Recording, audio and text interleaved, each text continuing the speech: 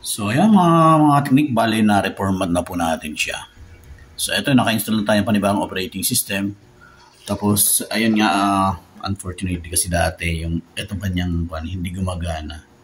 Kaya nag-order pa tayo sa Lazada ng ayan, tawag ito, DVD drive. Which nagkakahalaga lang naman ng 600 pesos. So na mura-mura, 600 pesos lang. So ito siya, ang gagawin na lang natin, mag-install tayo ng mga driver, then i-connect lang natin sa internet. So ganun na lang gagawin natin. So andito yung kanyang may computer, show on desktop, then tingnan natin yung mga kanya rito, manage. Tingnan natin yung operating system, ayan, driver na wala, at yun ang i-con natin. Oops. Sa dismanagement pala, dahil nag-partition lang ako kanina ng yan, so meron siyang unallocated dito ng mga technique.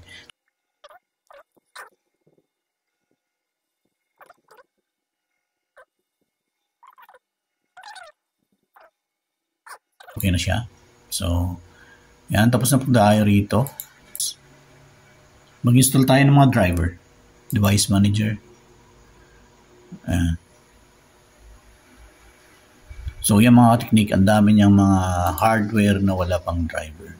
So, yan ang gagawin natin ngayon. Okay. So, yung mga driver niya ay binack-up ko rin dito sa data last time. Yan. Drivers.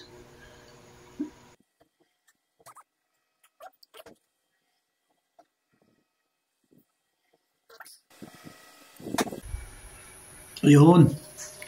Yan nyo. Wasak na. Okay. So, yan ang mahalaga dyan. Karoon siya ng driver sa kanyang network. Yan, pansinin natin itong mga technique, network controller na to.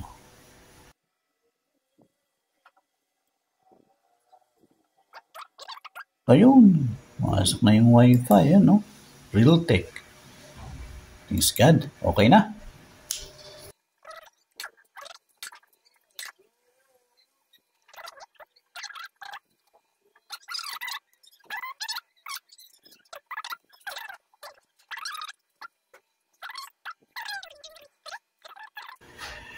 Try ko lang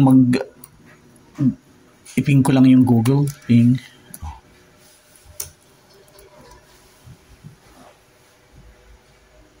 Okay, finish.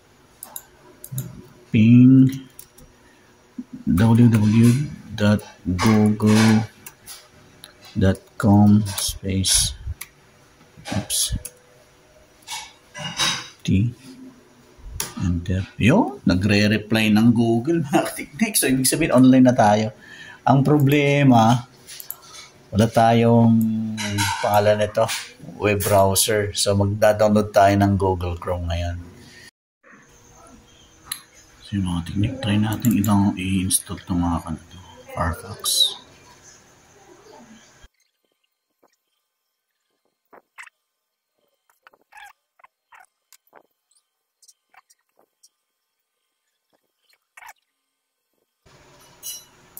So, yung mga technique, yun. Okay din yung kanyang sound.